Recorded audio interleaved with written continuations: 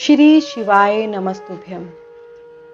आज के अध्याय में हम पढ़ेंगे कि पृथ्वी आदि के द्वारा जो निर्मित देवताओं की प्रतिमाएं हैं उनकी पूजन विधि और उनके लिए जो नैवेद्य दिया जाता है, उन्हें अर्पित किया जाता है, विभिन्न प्रकार से जो पूजन किया जाता है उसके फल और नक्षत्रों के योग में जो पूजन का विशेष फल जो मिलता है उस सब के बारे में और लिंग के वैज्ञानिक स्वरूप का विवेचन भी हम आज के अध्याय में जानेंगे। परंतु सबसे पहले सब मिलकर बोलते हैं ओम नमः शिवाय।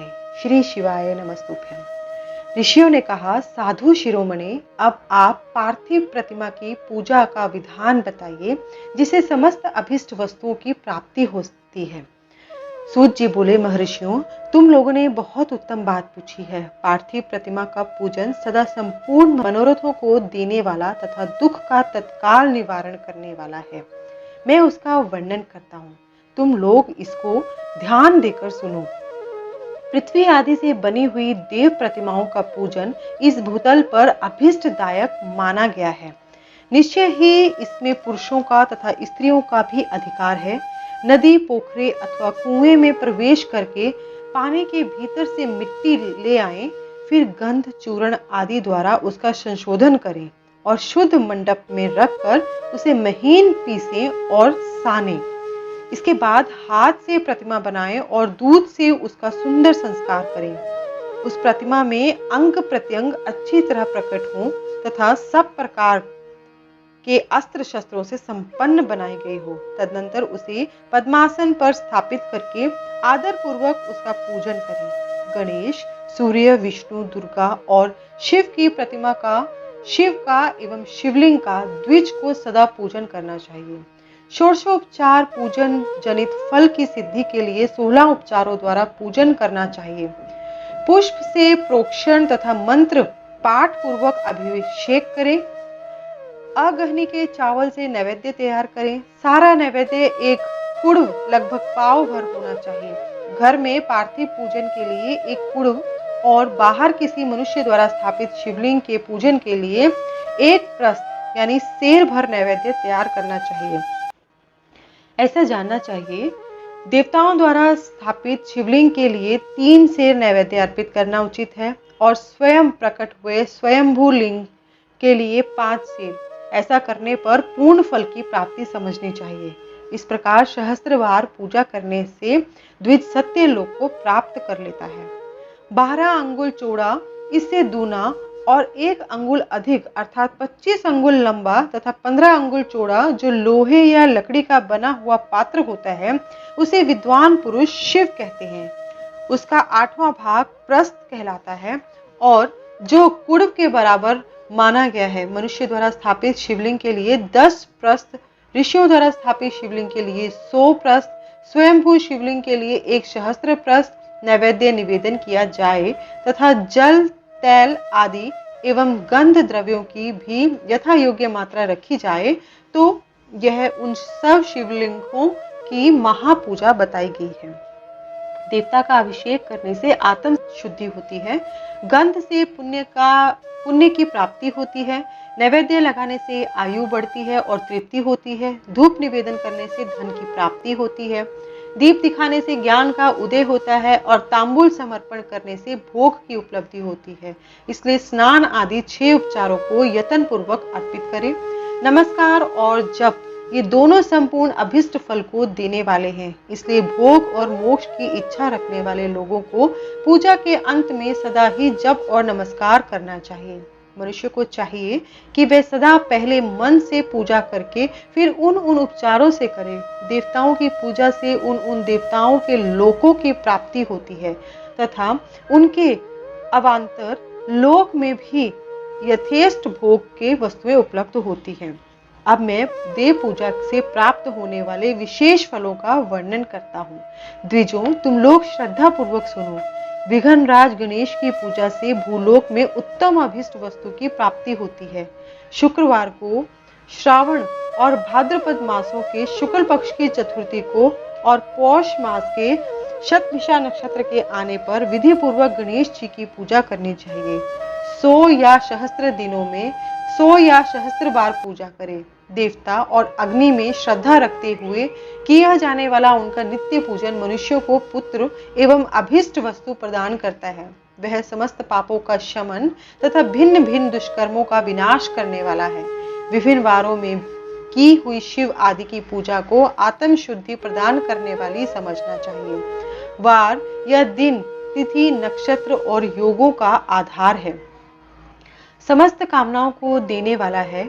उसमें वृद्धि और श्रेय नहीं होता, इसलिए उसे पूर्ण ब्रह्म स्वरूप मानना चाहिए। सूर्योदय काल से लेकर सूर्योदय काल आने तक एक वार की स्थिति मानी गई है, जो ब्राह्मण आदि सभी वर्णों के कर्मों का आधार है। विहित तिथि के पूर्व भाग में की हुई देव पूजा मनुष्य को पूर्ण भोग प्रदान करने वाली होती है। यदि मध्याह्न के बाद तिथि का आरंभ होता है तो रात्रि युक्त तिथि का पूर्व भाग पितरों के श्राद्ध आदि कर्म के लिए उत्तम बताया जाता है। ऐसी तिथि का प्रभाग ही दिन से युक्त होता है, अतः वही देव कर्म के लिए प्रशस्त माना गया है। यदि मध्याह्न काल तक तिथि रहे तो उदय व्यापिनी तिथि को ही देव कार्य में ग्रहण करना चाहिए। इसी तरह शुभ तिथि एवं नक्षत्र आदि ही देव कार्य में ग्राह्य होते हैं। वार आदि का भली भांति विचार करके पूजा और जप आदि करने चाहिए। वेदों में पूजा शब्द के अर्थ की इस प्रकार योजना की गई है। पूजायते अनेन इति पूजा। यह पूजा शब्द की व्युत्पत्ति है। पूह का अर्थ है भोग और फल की सिद्धि। पूजायते अनेन इति पूजा, यह पूजा शब्द की व्युत्पत्ति है। पूह का अर्थ है भोग और फल की सिद्धि। वह जिस कर्म से संपन्न होती है उसका नाम पूजा है। मनोवांछित वस्तु और ज्ञान ये भी अभिष्ट वस्तुएं हैं। सकाम भाव वाले को अभिष्ट भोग अपेक्षित होता है और निष्काम भाव वाले को अर्थ परमार्थिक ज्ञान, ये दोनों ही पूजा शब्द के अर्थ हैं। इनकी योजना करने से ही पूजा शब्द की सार्थकता है। इस प्रकार लोग और वेद में पूजा शब्द का अर्थ विख्यात है। नित्य और नैमित्तिक कर्म कालांतर में फल देते हैं, किंतु काम्य कर्म का यदि भली भांति अनुष्ठान हुआ हो तो वह तत्काल फलद होता है। प्रतिदिन एक पक्ष, एक मास और एक वर्ष तक लगातार पूजन करने से उन कर्मों के फल की प्राप्ति होती है। उनसे वैसे ही पापों का क्रमशः क्षय होता है। प्रत्येक मास के कृष्ण पक्ष की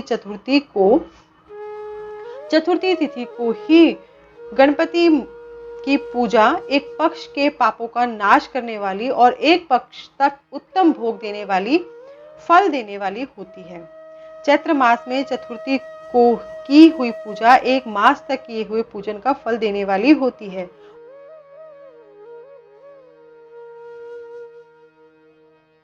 और जब सूर्य सिंह राशि पर स्थित हो उस समय भाद्रपद मास की चतुर्थी को की हुई गणेश जी की पूजा एक वर्ष तक मनोवांछित भोग प्रदान करती है। यह जानना चाहिए। श्रावण मास के रविवार को हस्त नक्षत्र से युक्त सप्तमी तिथि को और माघ शुक्ला सप्तमी को भगवान सूर्य का पूजन करना चाहिए। ज्येष्ठ तथा भाद्रपद मासों के बुधवार को श्रवण नक्षत्र से युक्त द्वादशी तिथि को तथा केवल द्वादशी को भी किया गया भगवान विष्णु का पूजन अभीष्ट संपत्ति को देने वाला माना गया है। श्रावण मास में की जाने वाली श्री हरि की पूजा अभीष्ट मनोरथ और आरोग्य प्रदान करने वाली होती है। अंगों एवं उपकरणों सहित पूर्वोक्त गो आदि 12 वस्तुओं का दान करने से जिस फल की प्राप्ति होती है उसी को द्वादशी तिथि में आराधना द्वारा श्री विष्णु की तृप्ति करके मनुष्य प्राप्त कर लेता है। जो द्वादशी तिथि को भगवान विष्णु के 12 नामों द्वारा 12 ब्राह्मणों को षोडशोपचार पूजन करता है वह उनकी प्रसन्नता प्राप्त कर लेता है। इसी प्रकार संपूर्ण देवताओं के विभिन्न 12 नामों द्वारा किया हुआ 12 ब्राह्मणों का पूजन उन देवताओं को प्रसन्न करने वाला होता है। कर्क की संक्रांति से युक्त श्रावण मास में नवमी तिथि को मृगशिरा नक्षत्र के योग में अंबिका का पूजन करें। वे संपूर्ण मनोवांछित भोगों और फलों को देने वाली है। ऐश्वर्य की इच्छा रखने वाले पुरुष को उस दिन अवश्य उनकी पूजा करनी चाहिए। आश्विन मास के शुक्ल पक्ष की नवमी तिथि संपूर्ण अभिष्ट फलों को देने वाली है। उसी मास के कृष्ण पक्ष की चतुर्दशी को यदि रविवार पड़ा तो उस दिन का महत्व विशेष बढ़ जाता है। उसके साथ ही यदि आर्द्रा और महाआर्द्रा सूर्य संक्रांति से युक्त आर्द्रा का योग हो तो उक्त अवसरों पर की हुई शिव पूजा का विशेष महत्व माना गया है। माँ कृष्ण चतुर्दशी को की हुई शिव जी की पूजा संपूर्ण अभिष्ट फलों को देने वाली है। वह मनुष्यों की आयु बढ़ाती है, मृत्यु कष्ट को दूर हटाती है और समस्त सिद्धियों की प्राप्ति कराती है। ज्येष्ठ मास में चतुर्दशी को यदि महाआर्द्रा का योग हो अथवा मार्गशीर्ष मास में किसी भी तिथि को यदि आर्द्रा नक्षत्र हो तो उस अवसर पर विभिन्न वस्तुओं की बनी हुई मूर्ति के रूप में शिव की जो 16 उपचारों से पूजा करता है उस पुण्य आत्मा के चरणों का दर्शन करना चाहिए। भगवान शिव की पूजा मनुष्यों को भोग और मोक्ष देने वाली है, ऐसा जानना चाहिए। कार्तिक मास में प्रत्येक वार और तिथि आदि में महादेव जी की पूजा का विशेष महत्व है। कार्तिक मास आने पर विद्वान पुरुष दान, तप, होम, जप और नियम आदि के द्वारा समस्त देवताओं का षोडशोपचारों से पूजन करें। उस पूजन में देव प्रतिमा, ब्राह्मण और मंत्रों का उपयोग आवश्यक है। ब्राह्मणों को भोजन कराने से भी वह पूजन कर्म संपन्न होता है। पूजक को चाहिए कि वह कामनाओं को त्याग कर पीड़ा रहित हो देवाराधन में तत्पर रहे। कार्तिक मास में देवताओं का यजन पूजन समस्त भोगों को देने वाला, व्याधियों को हर लेने वाला और भूतों तथा ग्रहों का विनाश करने वाला है। कार्तिक मास के रविवार को भगवान सूर्य की पूजा करने और तेल तथा सूती वस्त्र देने से मनुष्यों के कोढ़ आदि रोगों का नाश होता है। हर्य, काली मिर्च, वस्त्र और खीरा आदि का दान और ब्राह्मणों की प्रतिष्ठा करने से क्षय के रोग का नाश होता है। दीप और सरसों के दान से मिर्गी का रोग मिट जाता है। कृतिका नक्षत्र से युक्त सोमवारों को किया हुआ शिवजी का पूजन मनुष्यों के महान दारिद्र्य को मिटाने वाला और संपूर्ण संपत्तियों को देने वाला है। घर की आवश्यक सामग्रियों के साथ गृह और क्षेत्र आदि का दान करने से भी उक्त फल की प्राप्ति होती है। कृतिका युक्त मंगलवारों को श्री स्कंद का पूजन करने से तथा दीपक एवं घंटा आदि का दान देने से मनुष्य को शीघ्र ही वाक सिद्धि प्राप्त होती है।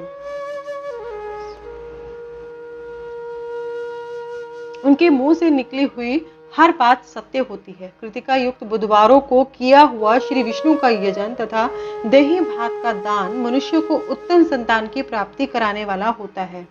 कृतिका युक्त गुरुवारों को धन से ब्रह्मा जी का पूजन तथा मधु, सोना और घी का दान करने से मनुष्यों के भोग वैभव की वृद्धि होती है। कृतिका युक्त शुक्रवारों को गजानन गणेश जी की पूजा करने से तथा गंध, पुष्प एवं अन्न का दान देने से मानवों के भोग्य पदार्थों की वृद्धि होती है। उस दिन सोना, चांदी आदि का दान करने से वंध्या को भी उत्तम पुत्र की प्राप्ति होती है। कृतिका युक्त शनिवारों को दिक्पालों की वंदना, दिग्गजों, नागों और सेतुपालों का पूजन, त्रिनेत्रधारी रुद्र, पापहारी विष्णु तथा ज्ञानदाता ब्रह्मा का आराधन और धन्वंतरी एवं दोनों अश्विनी कुमारों का पूजन करने से रोग, दुर्मृत्यु एवं अकाल मृत्यु का निवारण होता है तथा तत्कालिक व्याधियों की शांति हो जाती है। नमक, लोहा, तेल और उड़द आदि का त्रिकटु, सौंठ, पीपल और गोल मिर्च, फल, गंध और जल आदि का तथा घृत आदि द्रव्य पदार्थों का तथा सुवर्ण, मोती आदि कठोर वस्तुओं का भी दान देने से स्वर्गलोक की प्राप्ति होती है। इसमें से नमक आदि का मान कम से कम 1 प्रस्थ होना चाहिए और सुवर्ण आदि का मान कम से कम 1 पल।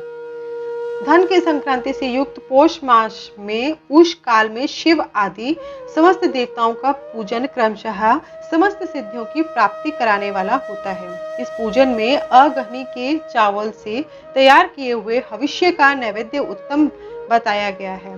पौष मास में नाना प्रकार के अन्न का नैवेद्य विशेष महत्व रखता है। मार्गशीर्ष के मास में केवल अन्न का दान करने वाले मनुष्य को ही संपूर्ण अभिष्ट फलों की प्राप्ति होती है। मार्गशीर्ष मास में अन्न का दान करने वाले मनुष्यों के सारे पाप नष्ट हो जाते हैं। वह अभीष्ट सिद्धि, आरोग्य, धर्म, वेद का सम्यक ज्ञान, उत्तम अनुष्ठान का फल, इहलोक और परलोक में महान भोग, अंत में सनातन योग तथा वेदांत ज्ञान की सिद्धि प्राप्त कर लेता है।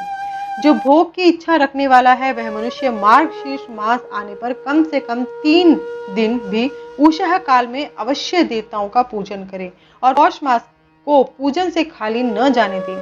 उषः काल से लेकर संगव काल तक पौष मास में पूजन का विशेष महत्व बताया गया है। पौष मास में पूरे महीने भर जितेंद्रिय और निराहार रहकर द्विज प्रातः काल से मध्याह्न काल तक वेद माता गायत्री का जप करे। तत्पश्चात रात को सोने के समय तक पंचाक्षर आदि मंत्रों का जप करे। ऐसा करने वाला ब्राह्मण ज्ञान पाकर शरीर छूटने के बाद मोक्ष प्राप्त कर लेता है। द्विजेतर नर नारियों को त्रिकाल स्नान और पंचाक्षर मंत्र के निरंतर जप से विशुद्ध ज्ञान प्राप्त हो जाता है। ईष्ट मंत्रों का सदा जप करने से बड़े पापों का भी नाश हो जाता है। सारा चराचर जगत बिंदु नाद स्वरूप है। बिंदु शक्ति है और नाद शिव है। इस तरह यह जगत शिव शक्ति स्वरूप है। नाद बिंदु का और बिंदु इस जगत का आधार है। ये बिंदु और नाद शिव और शक्ति संपूर्ण जगत के आधार रूप में स्थित हैं। बिंदु और नाद से युक्त सब कुछ शिव स्वरूप है, क्योंकि वही सबका आधार है। आधार में ही आधेय का समावेश अथवा लय हो जाता है। यही सकलीकरण है। इस सकलीकरण की स्थिति से ही सृष्टि काल में जगत का प्रादुर्भाव होता है, इसमें संशय नहीं है। शिवलिंग बिंदु नाद स्वरूप है, अतः उसे जगत का कारण बताया जाता है। बिंदु देव है और नाद शिव, इन दोनों का संयुक्त रूप ही शिवलिंग कहलाता है। अतः जन्म के संकट से छुटकारा पाने के लिए शिवलिंग की पूजा करनी चाहिए। बिंदु रूपा देवी उमा माता है और नाद स्वरूप भगवान शिव पिता। इन माता पिता के पूजित होने से परमानंद की प्राप्ति होती है। अतः परमानंद का लाभ लेने के लिए शिवलिंग का विशेष रूप से पूजन करें। देवी उमा जगत की माता है और भगवान शिव जगत के पिता। जो इनकी सेवा करता है उस पुत्र पर इन दोनों माता पिता की कृपा नित्य अधिकाधिक बढ़ती रहती है। वे पूजक पर कृपा करके उसे अपना आंतरिक ऐश्वर्य प्रदान करते हैं। अतः मुनीश्वरों आंतरिक आनंद की प्राप्ति के लिए शिवलिंग को माता पिता का स्वरूप मानकर उसकी पूजा करनी चाहिए। भर्ग पुरुष रूप है और भर्गा प्रकृति कहलाती है। अव्यक्त आंतरिक अधिष्ठान रूप गर्भ को पुरुष कहते हैं और सुव्यक्त आंतरिक अधिष्ठान भूत गर्भ को प्रकृति।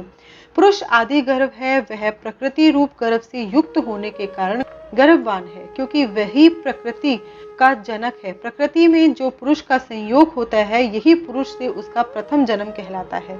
अव्यक्त प्रकृति से महत्व तत्व आदि के क्रम से जो जगत का व्यक्त होना है, यही उस प्रकृति का द्वितीय जन्म कहलाता है। जीव पुरुष से बारंबार जन्म और मृत्यु को प्राप्त होता है। माया द्वारा अन्य रूप से प्रकट किया जाना ही उसका जन्म कहलाता है।